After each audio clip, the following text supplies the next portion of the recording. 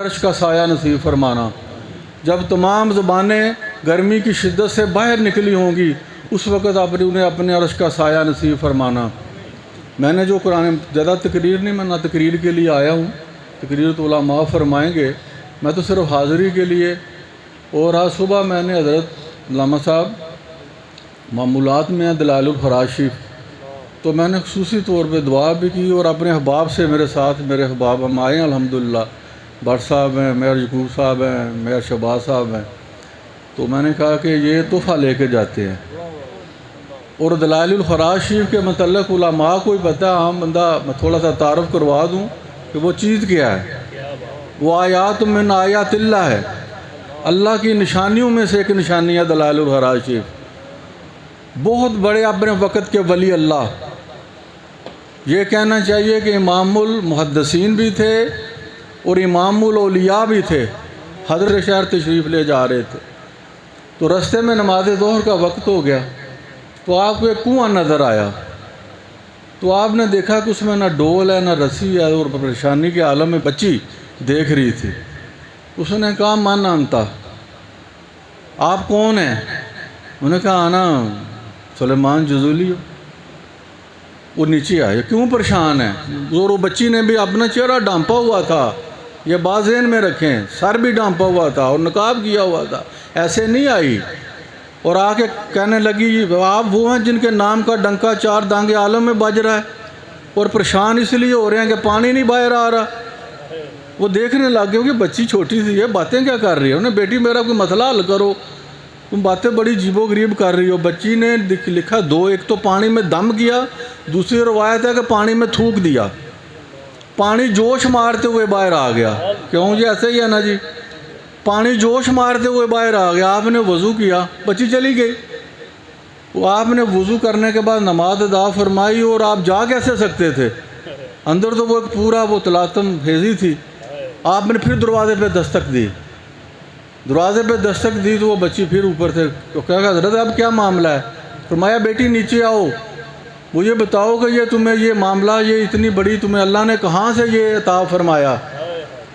وہ بچی نیچے آئی تو اس نے کہا کہ یا حضرت وہ نبی اکرم صلی اللہ علیہ وسلم جن کی بارگاہ میں فرشتوں کا سردار بھی عاجزی کے ساتھ پیش ہوتے ہیں، وہ امام الانبیاء جو تمام نبیوں کی امامت کروانے والے، جن پہ قرآن پاک نازل ہوا، اور وہ جو قیامت والے دن تمام امت کی شفاعت فرمائیں گے، ان پہ میں درود و سلام پڑھتی ہوں، اور ان پہ کثرت سے درود و سلام پڑھنے کی وجہ سے اللہ نے مجھے یہ وصف عطا فرمایا ہے کہ میں نے پانی میں تھوک دیا۔ آپ نے فرمایا میری بیٹی، آپ دیکھیں نا ایک یہاں بات نقطہ بڑی غور طلب ہے، وہ گھرانہ کیسا ہوگا جس کی بچی کا یہ عالم ہے؟ کیا اس گھر میں ڈرامے دیکھے جاتے ہوں گے؟ کیا اس گھر میں دنیا کی باتیں کی جاتی ہوں گی؟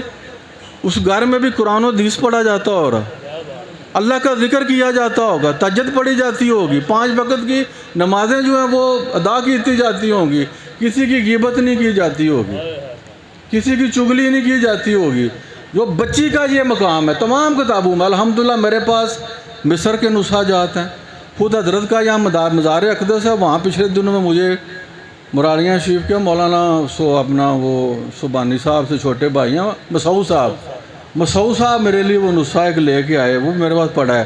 مراکش کا شہر سوج جہاں آپ کا مزار اقدس ہے، تقریباً فلسطین کا نسخہ جات میرے پاس موجود ہیں، شام کے میرے پاس موجود ہیں، مدینہ شریف سے بھی پچھلے دنوں وہ میرے پاس میرے پیار والوں نے دیا۔ تمام میں یہ واقعہ ایسے ہی لکھا ہے کہ وہ بچی نے پانی میں تھوکا اور پانی باہر آ گیا۔ اب میں آپ سے گزارش کروں گا اپنی بچیوں کو اپنے گھروں میں درود و سلام بھی پڑھنا سکھائیں، اپنے گھر میں تھوڑا سا وقت نکال کے تو ضرور درود و سلام کا اہتمام فرمائیں۔ آپ نے فرمایا ہے میری بیٹی آج کے بعد میں عہد کرتا ہوں، میں نے جہاں بڑی بڑی کتابیں لکھی، تفسیریں لکھی، قرآن کا تفسیریں لکھی، احادیث کی تفسیریں لکھی، اے میری بیٹی میں درود و سلام پہ بھی ایسی کتاب لکھوں گا جو قیامت تک لوگوں کے لیے باعث نفع ہوگی، تو مجھے یہ درود شریف بتا دو۔ آپ اس بچی نے کہا ایک شرط پہ بتاؤں گی، آپ جب وہ کتاب لکھیں گے تو میرے نام کے ساتھ یہ درود شریف بھی لکھیں گے کہ یہ فلاں بچی کا درود شریف ہے۔ آخری منزل میں 8ویں عزم میں جب وہ درود شریف آتا ہے تو نیچے لکھا ہوتا ہے کہ کنویں والا درود شریف، ایسے ہی ہے نا جی۔ آپ یہ دیکھیں کہ الحمدللہ اللہ کریم ہمیں درود و سلام کثرت سے پڑھنے کی توفیق عطا فرمائے۔ ایک چھوٹی سی درود شریف کی میں بات آپ کو بتاتا جو کہ قیامت والے دن امت کا حساب و کتاب لیا جاتا رہا ہوگا، نبی کریم صلی اللہ علیہ وسلم کی امت کا حساب لیا جا رہا ہوگا۔ حضرت آدم علیہ السلام پاس کھڑے ہو کے بڑی غور کے ساتھ دیکھ رہے ہوں گے کہ امت کے ساتھ کیا کیا جا رہا ہے۔ نبی کریم صلی اللہ علیہ وسلم امت کا جب حساب لیا جا رہا ہوگا، وہ دیکھیں گے کہ فرشتے ایک بندے کو جو تھا امتی نبی کریم صلی اللہ علیہ وسلم کو اس کو پکڑ لیں گے۔ اس کا جو نامہ مال ہے نیکیوں والا وہ اوپر چلا گیا، گناہوں والا نیچے آ گیا، یعنی بھاری ہو گیا۔ وہ بھاگتے ہوئے نبی صلی اللہ علیہ وسلم کی بارگاہ میں آئیں گے، فرشتے آپ کی امتی کو پکڑ کر یا رسول اللہ صلی اللہ علیہ وسلم دوزخ کی طرف لے کے جا رہے ہیں۔ نبی کریم صلی اللہ علیہ وسلم تشریف لائیں گے اور آواز دیں گے فرشتوں کو میری امتی کو میرے پاس لاؤ۔ سبحان اللہ سبحان اللہ، لج پال پریت نو توڑ دے نہیں، جدی باں پھاڑ لین چھوڑ دے نہیں۔ وہ آیا تھا، آپ نے فرمایا فرشتوں کو بھائی کیا معاملہ کیا میرے امتی کے ساتھ؟ فرشتے نے ہاتھ باندھا کہ یا رسول اللہ صلی اللہ علیہ وسلم اس کے وہ نیکیوں والے مال کم پڑ گئے، گناہوں والے زیادہ ہو گئے، اب اس کو دوزخ کی طرف لے کے جا رہے ہیں۔ اتنی دیر میں نبی کریم صلی اللہ علیہ وسلم اپنے آستین مبارک سے ایک چٹ نکالی اور وہ جو اس کا نیکیوں والا پلڑا تھا اس میں رکھ دی۔ وہ رکھنے کی دیر تھی کہ نیکیوں والا پلڑا بھاری ہوگا، گناہوں والا اوپر چلا گیا۔ آپ فرشتے سے کہا آپ بتاؤ بھائی آپ کیا سلوک کرتے ہو میرے اس امتی کے ساتھ؟ اس نے ہاتھ باندھے یا رسول اللہ اب ہم کیا کر سکتے ہیں؟ آپ نے ایسا فضل فرمایا اب یہ تو جنت کا راہ ہی ہے۔ وہ امتی آقا کے قدموں میں گرا اور روتے ہوئے عرض کرنے لگا یا رسول اللہ صلی اللہ علیہ وسلم دوزخ میرے لیے واجب ہو چکی تھی، آپ نے یہ کیا کرم فرمایا کہ میں دوزخ سے نکل کر جنت کا راہی بن گیا۔ تو میرے آقا کریم صلی اللہ علیہ وسلم نے ارشاد فرمایا کہ یاد کر دنیا میں تو مجھ پہ کبھی کبھی درود و سلام پڑھ لیا کرتا تھا۔ اللہ اکبر، یا رسول اللہ یا رسول اللہ یا علی، جزاک اللہ۔ آپ نے فرمایا کہ اب دیکھیں جو کبھی کبھی پڑھتا تھا اس کے ساتھ یہ معاملہ ہوا۔